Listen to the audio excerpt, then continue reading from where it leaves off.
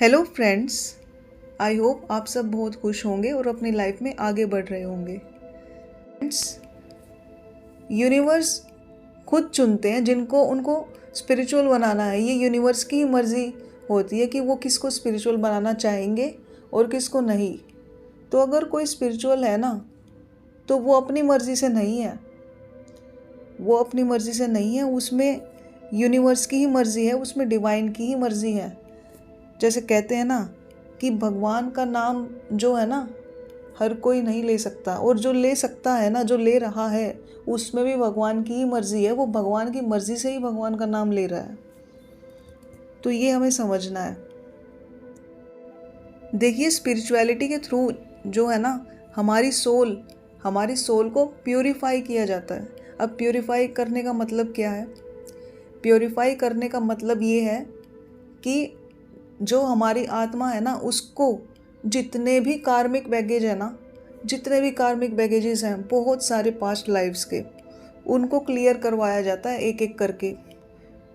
और ये प्रोसेस कितना ज़्यादा डिफ़िकल्ट है सबको पता है कि जब हमारे कर्मास रिलीज़ होने लगते हैं ना, तो एक के बाद एक हमारी लाइफ में सेटबैक्स आते हैं, दुखों का पहाड़ टूट पड़ता है। बट वो हमारे अच्छे के लिए ही होता है। उससे हमारे जो बैड कर्मास है ना, उनको रिलीज़ करवाया जाता है। यूनिवर्स उसको रिलीज़ करती है, उनसे हमें मुक्ति दिलाती है। तो एक्चुअली वो जो प्रोसेस है ना, वो हमें अपने कर्म बंधनों से मुक्ति दिलाता है, जिससे हमारी जो सोल है ना, जो हमारी आत्मा है, उसमें जो बैड कर्मास है ना, वो एक्यूमुलेटेड है ही नहीं। वो धीरे धीरे प्योरिटी की तरफ जाने लगती है।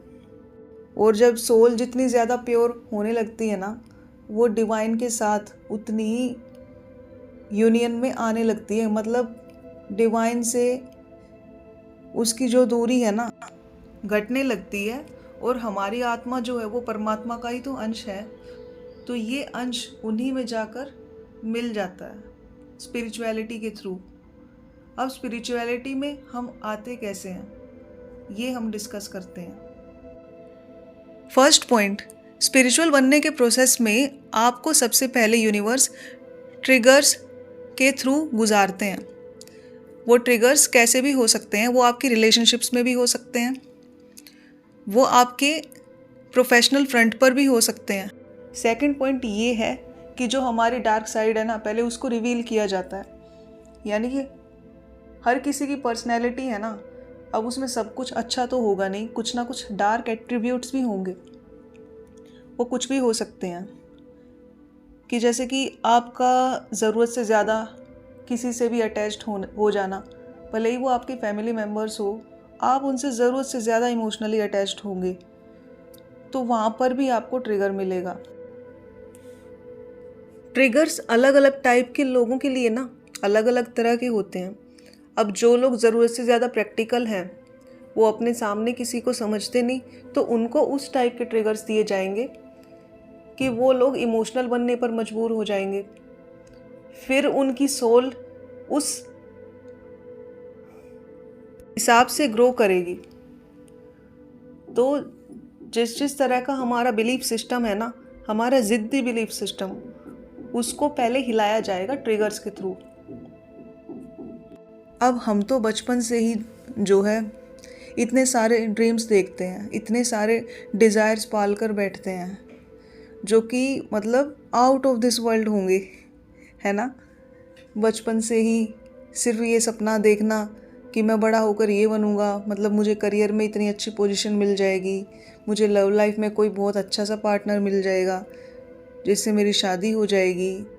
मुंगेरी लाल के सपने जो कि हम सब देखते हैं, है ना। उस टाइम पर हमें ये नहीं पता होता कि हमारा सोल पर्पस क्या है।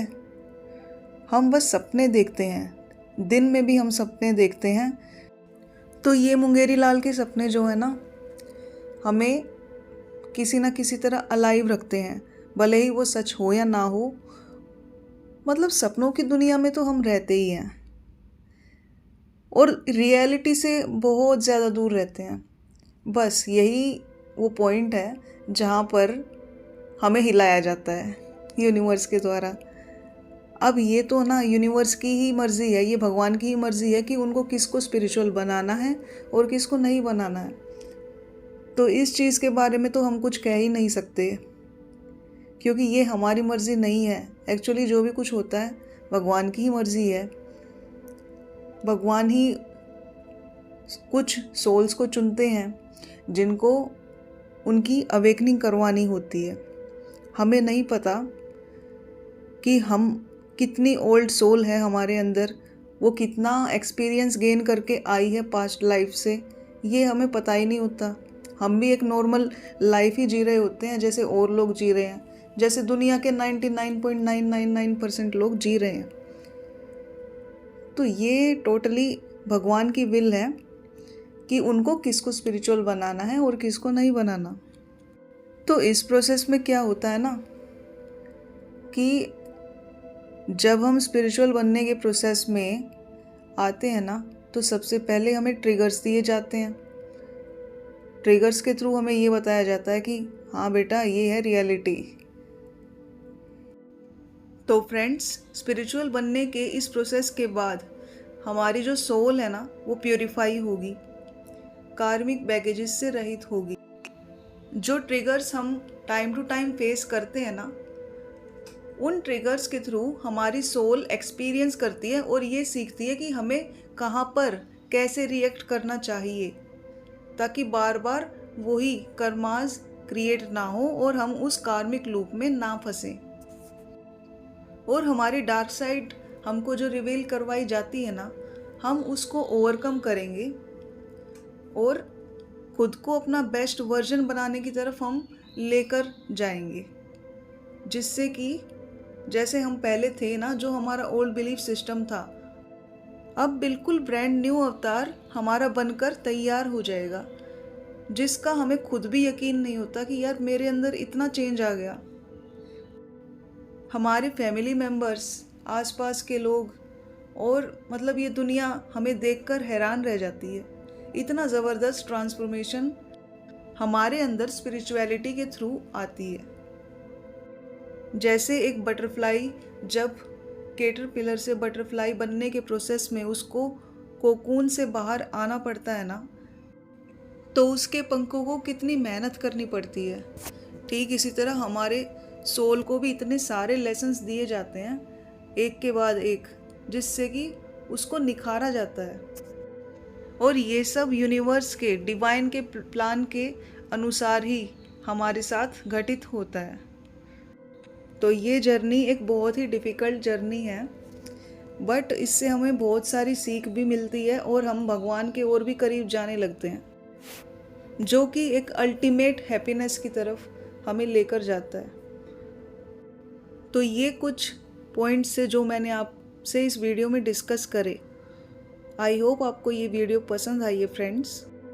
ऐसी ही और जानकारी के लिए please follow my channel, like, share, comment and subscribe to my channel. So मिलते हैं नेक्स्ट वीडियो में फ्रेंड्स। तब तक आप सब अपना ध्यान रखिए। Thank you all, bye.